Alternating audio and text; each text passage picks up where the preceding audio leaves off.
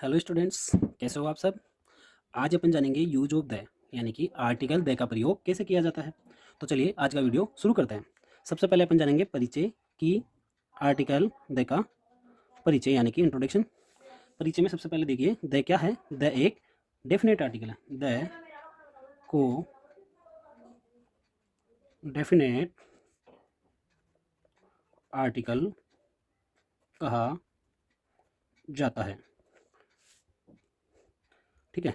इसके बाद है हिंदी, पंजाबी आदि भारतीय भाषाओं में द का कोई समानार्थक शब्द नहीं है। ठीक है। यानी कि द को डेफिनेट आर्टिकल कहा जाता है और हिंदी, पंजाबी आदि जो अन्य भारतीय भाषाओं है उनमें द का कोई भी समानार्थक शब्द नहीं है। अब जानते हैं इसका उच्चारण। उच्चारण की दृष्टि से यानी कि प्रोनाउंसिएशन की दृष्टि से इसको दो तरीके से पढ़ा जाता है। पहला है द और दूसरा है दी। द एवं दी इसको दो तरीके से पढ़ा जाता है। द कब और दी किस लिए, किस इस स्थिति में पढ़ा जाता है, इसको जानते हैं। पहला है द के तत्काल यानी कि तुरंत बाद यदि कोई कॉन्सोनेंट साउंड, द के तत्काल बाद यदि कोई कॉन्सोनेंट साउंड यानी कि व्यंजन ध्वनि भी इसे हिंदी में कहा जाता है, व्यंजन ध्वनि हो तो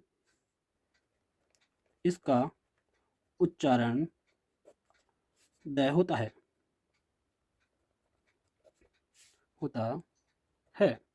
ठीक है। इसके बाद देखिए द के तत्काल बाद यदि कोई वोवल साउंड यानी कि स्वर ध्वनि हो तो इसका उच्चारण दी होता है। अर्थात द के तत्काल बाद यानी तुरंत बाद यदि कोई कॉन्सोनेंट साउंड आता है यानी कि व्यंजन ध्वनि हो तो इसको अपन द रीड करते हैं, और द के तत्काल बाद यदि कोई वोवल साउंड यानी कि स्वर ध्वनि हो तो इसको अपन दी रीड करते हैं। ठीक है। जैसे द शन, दर्शन, द शन यानी कि सूर्य। इसको द क्योंकि द के तुरंत बाद कौन सा साउंड आ रहा है, स शब्द यानी कि स क्या है, व्यंजन है। तो द के तत्काल बाद व्यंजन ध्वनि यानी कि कॉन्सोनेंट साउंड होने की वजह से इसको अपन द पढ़ते हैं। और द दी अर्थ। अब द के तत्काल बाद क्या है, ई ए क्या है, वोवल साउंड यानी कि स्वर ध्वनि, और स्वर ध्वनि के द के तत्काल बाद अगर स्वर ध्वनि हो यानी कि वोवल साउंड हो तो इसको अपन क्या पढ़ेंगे, दी पढ़ेंगे। ठीक है। अब जानते हैं इसका प्रयोग, किसका प्रयोग कैसे किया जाता है और कहाँ कहाँ इसका प्रयोग करते हैं। द का अनेक परिस्थितियों में अलग अलग प्रकार से प्रयोग किया जाता है। तो जानिए कि किन किन परिस्थितियों में द का प्रयोग किया जाता है। आप इनको एक नोट्स की तरह अपनी कॉपी में उतार सकते हैं ताकि इन फ्यूचर आपके लिए अच्छा काम करेंगे। जब भी आपको रिमाइंड करना होगा आप रीड कर सकते हैं। चलिए द का प्रयोग जानते हैं। द का प्रयोग कहाँ कहाँ किया जाता है और किन किन परिस्थितियों में किया जाता है। पहला है किसी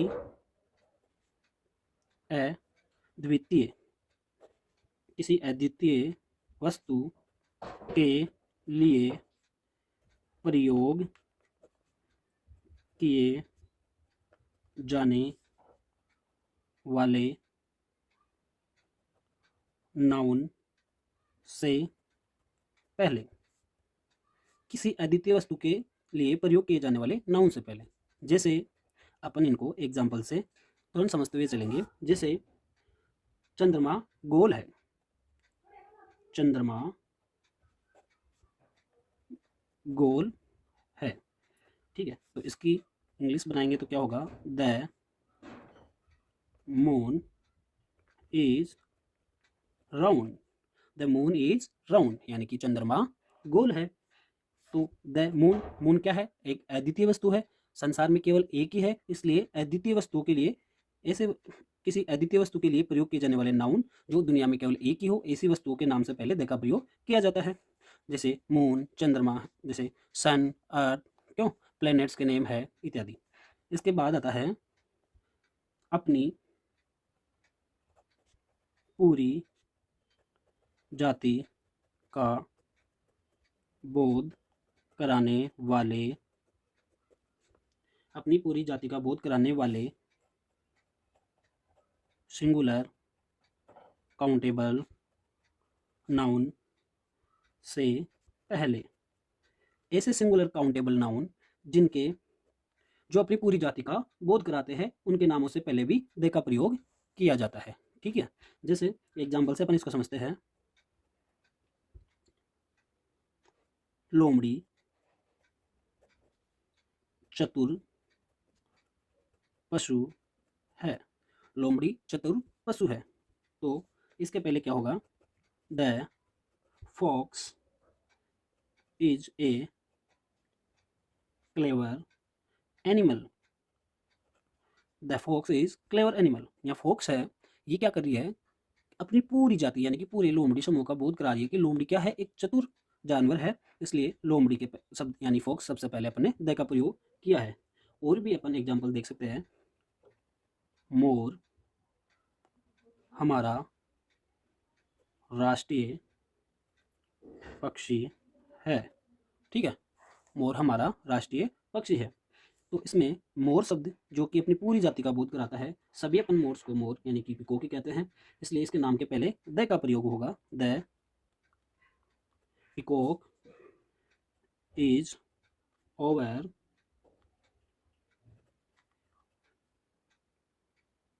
नेशनल बर्ड। ठीक है, the peacock is over national bird. अब मोर हमारा राष्ट्रीय पक्षी है। अब इसमें पिकॉक क्या है? एक ऐसा जानवर है जो अपनी संपूर्ण जाति का बोध कराता है, इसलिए इसके नाम के पहले द का प्रयोग होगा। इसी प्रकार जैसे कोई भी वस्तु वगैरह हो सकती है, जैसे टेलीविजन, अपन सभी टेलीविजन को टेलीविजन कह कर ही पुकारते हैं। और जैसे जानवरों के नाम है गाय है, भैंस है इत्यादि, सभी ऐसे शब्द जो अपनी संपूर्ण जाति का बोध कराते हैं, अपन उनके नाम के पहले द का प्रयोग करते हैं। इसके अलावा ऐसे नाउन, तीसरा पॉइंट है, जिस नाउन का जिक्र किया जा चुका जिस नाउन का प्रयोग, जिस नाउन का जिक्र किया जा चुका हो या अब जिक्र किया जा रहा हो, उस नाउन से पहले। जैसे उदाहरण से अपन इसको समझेंगे। यह शीला का छाता है। यह छाता काला है। तो देखिए, यह शीला का छाता है, छाता काला है, यानी कि यह छाता काला है। तो this is Sheela's umbrella. The umbrella is black. This is Sheela's umbrella. बस में अम्ब्रेला शब्द के पहले द का प्रयोग नहीं हुआ, क्योंकि इसमें हुआ है यह शीला का छाता है। अब छाता कोई सा भी हो सकता है, पर अब एक केवल इसी छाते का जिसका नाम का पहले जिक्र हो चुका है, इसका दोबारा जिक्र हो रहा है कि यह छाता कौन सा, जो शीला का है, काला है। इसलिए the umbrella is black. Umbrella शब्द के पहले द का प्रयोग हुआ। ठीक है, उम्मीद है आपको समझ में आ रहा होगा। आगे चलते हैं। जब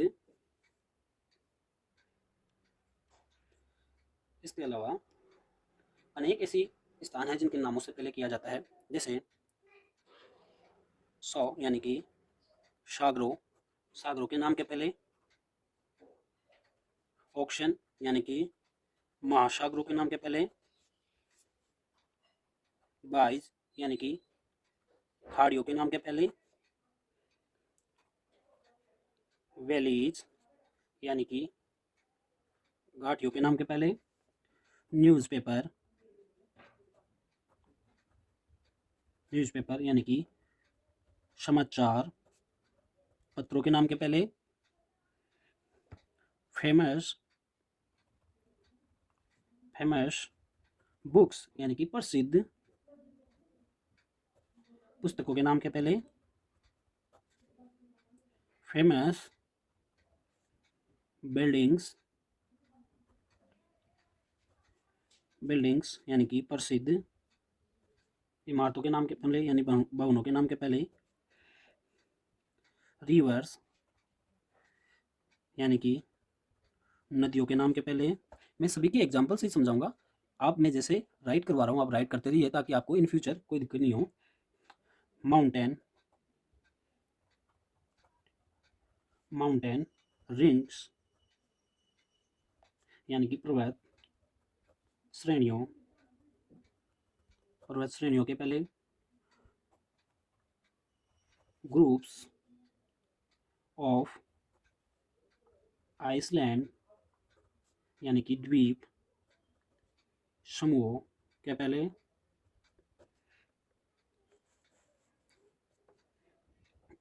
इसके अलावा ट्रेन्स यानी कि रेलगाड़ियों के नाम के पहले ही। शिप्स यानी कि जलपोतों के नाम से पहले। एरोप्लेन, एरोप्लेन्स यानी कि वायुयानों के नाम के पहले।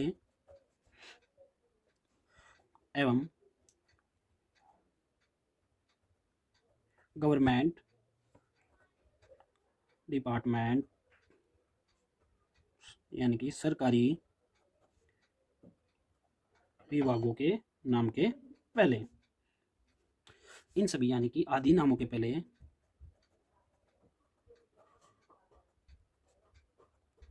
आदि नामों से पहले इनका प्रयोग किया जाता है। देखा, जैसे अब इसको अपन एग्जाम्पल से समझते हैं। जैसे सी यानी कि सागरों के नाम के पहले, जैसे द लाल सागर, द भूमध्य सागर। ओशन महासागरों के नाम के पहले, जैसे द प्रशांत महासागर। ठीक है। 22 खाड़ियों के नाम के पहले, वैलीज घाटियों के नाम के पहले। न्यूज़पेपर यानी कि फेमस जो न्यूज़पेपर है, सभी न्यूज़पेपरों के नाम के पहले, जैसे the times of India. Famous book यानी कि जैसे द गीता, द कुरान आदि। फेमस बिल्डिंग्स यानी कि प्रसिद्ध भवनों के नाम के पहले, जैसे the Taj Mahal, the Qutub Minar, the red fort इत्यादि। रिवर यानी कि नदियों के नाम से पहले, द गंगा, द यमुना आदि। माउंटेन पर्वत श्रेणियों के नाम से पहले, जैसे the Aravali. Groups of island द्वीप समूह के नाम के पहले, जैसे द लक्षद्वीप समूह है। क्यों जैसे ना द लक्षद्वीप, द अंडमान निकोबार द्वीप ऐसा। ट्रेन रेलगाड़ियों के नाम के पहले, जैसे द शताब्दी एक्सप्रेस इत्यादि। शिप्स यानी कि जहाजों, जलपोत जो जहाज बड़े बड़े जहाज होते हैं उनके नाम के पहले, जैसे एक प्राइवेट कंपनी है द रॉयल कैरिबियंस इत्यादि। एरोप्लेन्स यानी कि वायुयानों के नाम के पहले, जैसे द एयर इंडिया इत्यादि। गवर्नमेंट डिपार्टमेंट सभी सरकारी विभागों के नाम से पहले द का प्रयोग किया जाता है, जैसे द इलेक्ट्रिसिटी डिपार्टमेंट इत्यादि। आदि नामों से पहले द का प्रयोग किया जाता है। ठीक है। जैसे अपन एग्जाम्पल के रूप में भी इसको समझ सकते हैं। हिमालय पर्वत बहुत ऊंचा है यानी कि the Himalayas are very high. इसके अलावा रामायण